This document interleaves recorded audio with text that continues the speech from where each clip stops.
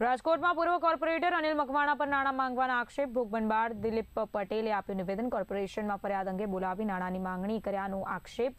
પ્રથમ બેઠકમાં ₹3 લાખ, બીજીમાં 2 લાખ માંગ્યાનો દાવો કરાયો છે। છેલ્લી બેઠકમાં ₹125 લાખની માંગણી કર્યાનો આક્ષેપ।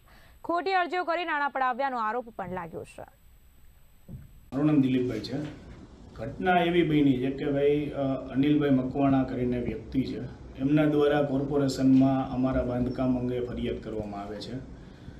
જ્યારે કોર્પોરેશનવાળા અમારે ત્યાં આવીને બાંધકામ અમારું બંધ કરાવે છે ત્યારે અમને જાણવા મળે છે કે ભાઈ આમાં કોઈ અનિલભાઈ મકવાણા કરીને ફરિયાદ કરેલી છે। ત્યારે અમે અનિલભાઈ મકવાણાને ફરિયાદ કરનારને અમે ફોન કરી અને પૂછવું છું કે ભાઈ ખરેખર અમારા બાંધકામમાં શું તકલીફ છે તમને। ત્યારે એ ભાઈ દ્વારા કહેવામાં આવે છે કે તમારે રૂબરૂમાં મને સર્કિટ હાઉસ ખાતે મળો। ત્યારે હું સર્કિટ હાઉસ ખાતે એ ભાઈને મળવા જાઉં છું તો એ ભાઈને દ્વારા કહેવામાં આવે છે કે ભાઈ ખરેખર તમારું બાંધકામ આટલું ઊંચું છે, આ છે।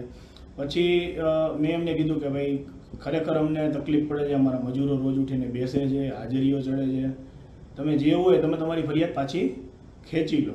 ત્યારે એમને ફરિયાદ પાછી ખેંચવાની વાત એટલે 3 લાખ રૂપિયાની માંગણી કરે છે, પરંતુ પૈસાની રકમ બહુ મોટી હોય, એની માંગણી મોટી હોય એટલે અમે એને આપતા નથી। હવે અમે એને પૈસા આપતા નથી એટલા માટે અમે કીધું ભાઈ વિચારીને તમને જવાબ આપશું। વિચારીને જવાબ આપવાનું કીધા બાદ સાંજના સમયે અમે એમને પાછી એકવાર રિક્વેસ્ટ કરી કે જેથી કરીને અમારું બાંધકામ બીજે દિવસે પાછું ચાલુ થાય ને મજૂરોની હાજરી ના ચડે। તો અમે ત્યારે પણ મને સાંજે એવું કીધું કે ભાઈ તમે આવો સર્કિટ હાઉસ ખાતે આવો અને રૂબરૂ ચર્ચા કરીએ। સર્કિટ હાઉસ ખાતે રૂબરૂમાં અમે મળી છીએ। એ દરમિયાન એમને કીધું કે ભાઈ એ રકમમાં જાજો ભાંગછેડ નહીં થાય, 25-50 હજારની ભાંગછેડ કરીશ, કેમ કે એમાં મારે એવું છે કે હું જો લેખિતમાં અરજી પાછી ખેંચું એટલે મારા કાંડા કપાઈ જાય અને મારે આગામી ચૂંટણીમાં મને ટિકિટ મળે છે, એટલે ટિકિટ મળે છે તો મારે આગામી ચૂંટણી પણ લડવાની છે, એટલે હું લેખિતમાં આપું તો મારે કાંડા કપાઈ જાય।